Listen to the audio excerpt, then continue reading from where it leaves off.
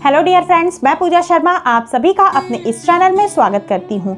आज का हमारा टॉपिक है classification of soil in India. Bharat में पाए जाने वाली मृदाओं का वर्गीकरण। यह वर्गीकरण भारतीय कृषि अनुसंधान द्वारा किया गया है। भारतीय कृषि अनुसंधान परिषद ने भारत में पाई जाने वाली मृदाओं को 10 कैटेगरी में डिवाइड किया है, जिसमें से 5 कैटेगरी का विस्तृत व्याख्या मैं अपने पिछले वीडियो में कर चुकी हूँ। अगर आपने वो मेरा वीडियो नहीं देखा है तो मैं लिंक डिस्क्रिप्शन बॉक्स में डाल दे रही हूँ, जाकर जरूर देखें। तो मैंने जैसा कहा कि ये बाकी शेष 5 मृदाओं का विस्तृत व्याख्या है, जिसमें हम यह देखेंगे कि वह मृदाएं कहाँ पाई जाती है, उसमें किस तरह के क्रॉप्स ग्रो करते हैं, उनमें क्या क्या क्वालिटियां पाई जाती हैं। इस श्रेणी में हमारी पहली मृदा है पर्वतीय मृदाएं। जैसा कि नाम से ही संबोधित हो रहा है, यह मृदाएं पर्वत के क्षेत्रों में पाई जाने वाली मृदाओं को कहते हैं।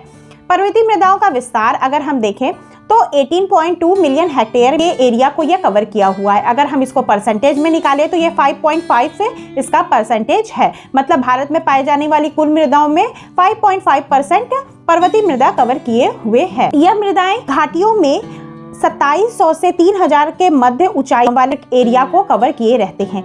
यह मृदाएं मुख्यतः भूरी रंग की होती हैं। इसमें अम्लीय मात्रा ज़्यादा पाई जाती हैं। ये मृदाएं बेसिकली हम कह सकते हैं कि थोड़ी सी कम उपजाऊ होती हैं। क्योंकि उनमें बहुत सारी कारण भी है। ढलान पे जनरली होती हैं, तो वर्षा के कारण इन मृदाओं का अपर लेयर का क्षरण भी होता रहता है। फिर पर्वतों में नेचुरल क्लाइमेट ऐसा ज़्यादा इफेक्ट करता है जो कि इनकी अपर लेयर को कहीं ना कहीं डिस्ट्रॉय करता है। और ये मृदाएं बेसिकली उत्तरी अक्षांशीय बेल्ट में पाई जाती है। मतलब जम्मू कश्मीर, उत्तराखंड, हिमाचल, असम, इन राज्यों को कवर किए हुए हैं।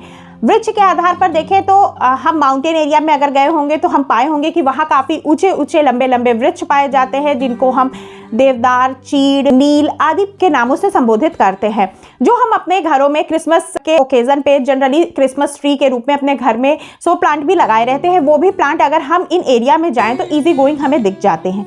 ये प्लांटों की हाइट का भी एक कारण होता है, क्योंकि माउंटेन में वो सन के रेस को अचीव करने के लिए प्लांट ज़्यादा ऊंचे ऊंचे हो जाते हैं। और इन बेल्ट में बेसिकली दलहन, मक्का, तिलहन, उसके बाद फलों और सब्जियों का प्रोडक्शन काफी ज्यादा होता है। हम बेसिकली सेब या कीनू आदि के प्रोडक्शन अगर ध्यान दें तो ये ज्यादातर इसी बेल्ट में पाए जाते हैं। जम्मू कश्मीर जैसे ड्राई फ्रूट्स के लिए फेमस है। तो ये सारे बेल्ट जो क्या है हमारा इन पैदावार को उत्पादित करता है।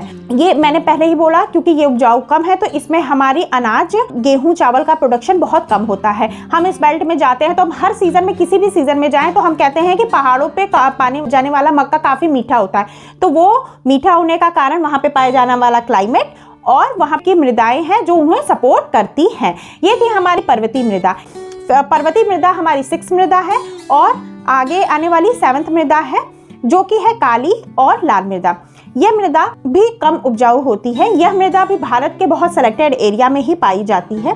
इस मृदा का विस्तार बेसिकली बुंदेलखंड, राजस्थान और गुजरात, अरावली बेल्ट के आसपास के एरिया में पाया जाता है। इन मृदाओं का निर्माण मुख्यतः आर्कियन और कैम्ब्रियन युग में ही माना जाता है। यह मृदाएं कम उपजाऊ होती हैं और इन मृदाओं में सिंचाई की व्यवस्था की जाए तो कुछ पौधों का उगाया जा सकता है, जिसमें से इनमें मुख्यतः मोटे अनाज, ज्वार, बाजरा, तिलहन और दलहन फसलों का प्रोडक्शन किया जा सकता है। ये थी हमारी 7th मृदा, जो कि भारत के बहुत सेलेक्टेड एरिया में पाई जाती है। भारत में पाई जाने वाली 8th नंबर पे जो मृदा है वो है धूसर और भूरी मृदा। यह मृदाओं का निर्माण बेसिकली ग्रेनाइट और नाइट के अपक्षय की प्रक्रिया द्वारा होता है। ये मृदाएं जो हैं गुजरात और राजस्थान के बेल्ट में पाया जाता है। मैंने पहले भी बताया कि जो हमारी रेगिस्तानी एरिया में जो मृदाएं बनती है वो क्या होती हैं, वायु के अपक्षय द्वारा ही बनती है। इस मृदा का निर्माण भी ग्रेनाइट और नाइट जैसे पाए जाने वाले रॉक्स के अपक्षय के द्वारा बनता है। यह मृदाएं भुरभुरी होती हैं, मतलब इनका बाउंडिंग कैपेसिटी कम पाया जाता है और यह मृदाओं में आयरन ऑक्साइड के वजह से इनका रंग गहरा भूरा, लाल या धूसर रंग का पाया जाता है। इसी श्रेणी में अगली मृदा है उप पर्वतीय मृदाएं। उप पर्वतीय मृदाएं जो कि नाम से ही संबोधित हो रहा है, पर्वतों के आसपास वाले बेल्ट में ही पाई जाती है। ये मृदाएं राज्य के स्तर पर अगर हम देखें तो जम्मू कश्मीर से लेकर असम, दार्जिलिंग के बेल्ट तक ये फैली हुई है। ये जो मृदाएं होती हैं बेसिकली जंगलों के लिए अच्छी मानी जाती हैं और हम ऐसा देखेंगे भी कि इन बेल्ट में क्या होता है, जंगल ज्यादा होते हैं। यहाँ पे खेती करना कठिन होता है क्योंकि माउंटेन होता है। तो यहाँ पे जनरली जंगल पाए जाते हैं और जब लोग खेती करने की तरफ भी जाते हैं तो वो क्या करते हैं, पहले जंगलों को काटते हैं फिर उसके ऊपर खेती करते हैं। और जंगलों के काटने से हम सभी ये देख रहे हैं कि लगातार वनों का परसेंटेज कम हो रहा है। तो बेसिकली ये जो बेल्ट है ये जंगलों में जो घने पौधे होते हैं, पेड़ पौधे होते हैं, जो उसके प्रोडक्शन के लिए अच्छी होती है। भारत में पाई जाने वाली आखिरी मृदा है हमारी हिम क्षेत्र मृदा, जो कि बेसिकली भारत में 4 मिलियन हेक्टेयर तक पाई जाती है। इन मृदाओं का विस्तार अगर हम देखें तो ये लद्दाख, काराकोरम आदि बेल्ट में पाई जाती हैं। यह मृदाएं वर्ष भर क्योंकि हिम से ढकी रहती हैं या स्नो से ढके रहते हैं, तो इस वजह से यहाँ पे खेती नहीं होती है। मतलब यह मृदाओं का जो लेयर होता है वो हम खेती के लिए यूज ही नहीं कर सकते और न ही इनका अपर्दन होता है किसी भी तरीके का। क्यों? क्योंकि यह वर्ष भर क्या होती है, हिम से ढकी होती है।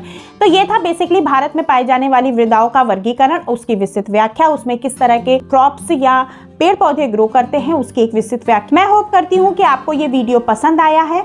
अगर ये वीडियो आपको पसंद आया है तो मेरे इस वीडियो को लाइक भी करिए, चैनल को सब्सक्राइब भी करिए और इसे शेयर करना ना भूलें। Thank you.